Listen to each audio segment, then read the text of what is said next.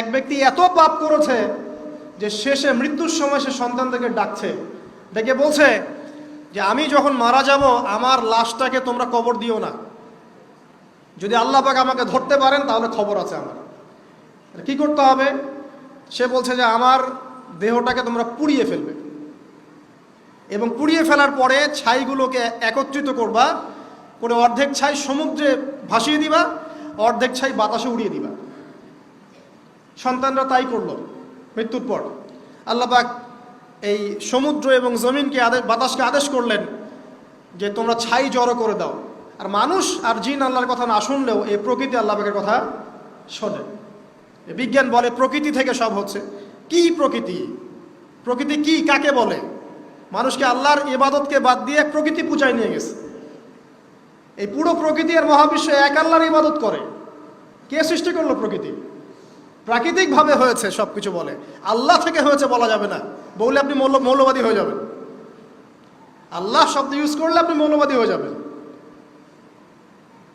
ধর্মতাত্ত্বিক শব্দগুলোকে আস্তে আস্তে উঠিয়ে দেওয়া হয়েছে। দেখবেন যুক্তি, বিজ্ঞান, দার্শনিক শব্দগুলোকে আনা হয়েছে। এটাও টেকনিক্যালি করা হয়েছে। কোনো সেকুলার মিডিয়াতে আপনি দেখবেন না ইনশাআল্লাহ বলছে। ইনশাআল্লাহ প্রমাণ করবে যে আপনি আস্তিক না নাস্তিক। তো প্রকৃতিকে আল্লাহ পাক আদেশ করলেন, এই সমুদ্র ছাই জড়ো করো, এই বাতাস ছাই জড়ো করো। তারা ছাই জড়ো করে দিল। এই ব্যক্তিকে বলা হচ্ছে তুমি জীবিত করে আল্লাহ পাক বলছেন তুমি যে এই কাজটা করেছিলে, লিমা ফাআলতা হাদা, তুমি এই কাজটা কেন করেছো? তখন এই ব্যক্তি উত্তর দিচ্ছে মিন খাশিয়াতিকা ইয়া রাব্বি ওয়া আনতা আ'লাম। হে আল্লাহ, আমি আমার বুঝে যা এসেছে আপনার ভয়েই আমি এই কাজটা করেছি, আর আপনি খুব ভালো করেই জানেন যে আমি আপনার ভয়ে করেছি নাকি অন্য কোনো কারণে করেছি। মানে আপনি আমার মনের কথা জানেন। আল্লাহ পাক তাকে মাফ করে দিলেন। আপনাদেরকে আমি সেই ব্যভিচারী মহিলার কথাও মনে করাই, যে ছিল একজন প্রস্টিটিউট মহিলা, পতিতা, যেটা আমরা বলি সমাজের ভাষায়। যদিও এখন নতুন শব্দ এসেছে সেক্স ওয়ার্কার বা যৌনকর্মী, এবং এগুলোকে আমরা এখন প্রমোট করছি। আমরা এখন অশ্লীলতাকে প্রমোট করছি। এই কথা বলতে আমাদের বুক কাঁপা উচিত নয় যে আমরা এখন অশ্লীলতাকে প্রমোট করছি। আমরা এখন কাপড় খোলার সংস্কৃতির দিকে যাচ্ছি। যে কাপড় খুলে দিয়েছিল ইবলিস। ইবলিস আমাদের বাবা মার কাপড় জান্নাতে খুলে দিয়েছিল, এটা কি জানেন? ফল খাওয়ার পরে এই ফল খেতে কে প্রলুব্ধ করেছে? ইবলিস। গাছের কাছে গিয়ে ফল ভক্ষণ করার পর সর্বপ্রথম আমাদের পিতামাতার গা থেকে কাপড় খুলে পড়ে গেছে। তা আমাদের পিতামাতাকে মহাবিশ্বে নগ্ন করে দিয়েছে ইবলিস, আর তার অনুসারীরা এই জমিনে আদম সন্তানদেরকে নগ্ন করছে এখন। অতএব এই যে একটা ট্রেন্ড এখন চলছে, দেখবেন হারাম রিলেশনশিপকে মিডিয়ার মধ্য দিয়ে প্রমোট করা হচ্ছে, মনে হয় একটা স্বাভাবিক বিষয়।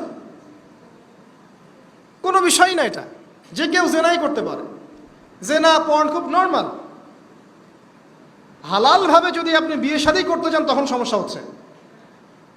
হালালভাবে যদি আপনি বিয়ে করতে যান তখন সমস্যা হচ্ছে। হারামভাবে আপনি যা ইচ্ছা তাই করতে পারেন, সমাজে কেউ কিছু বলছে না। এখন বলছে এগুলো স্বাধীনতা। সুবহানাল্লাহ, কোন স্বাধীনতা? স্বাধীনতা বলে কোনো শব্দ নাই মহাবিশ্বে। এই পুরো বিশ্বের সমস্ত মানুষ আল্লাহর অধীনে পরাধীন। এই বিশ্বে যত মানুষ বসবাস করছে এখন, এরা কেউই স্বাধীন নয়। না কেউ স্বাধীন ছিল, না আছে, না থাকবে। সবাই আল্লাহ পাকের দাসত্বের অধীনে পরাধীন।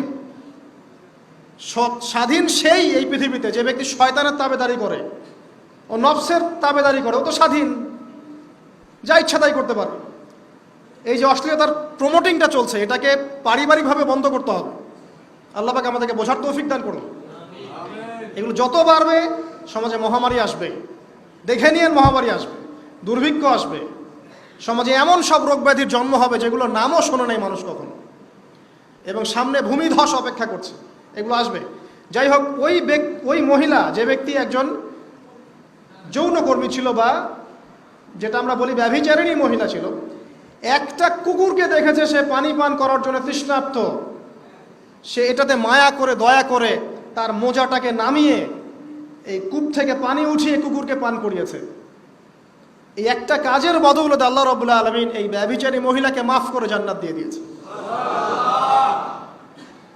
হাদিস এটাও এসেছে, নবী সাল্লাল্লাহু আলাইহি ওয়াসাল্লাম বলেছেন, ইরহামু মান ফিল আরদ, তোমরা সবাই জমিনবাসীর প্রতি রহম করো।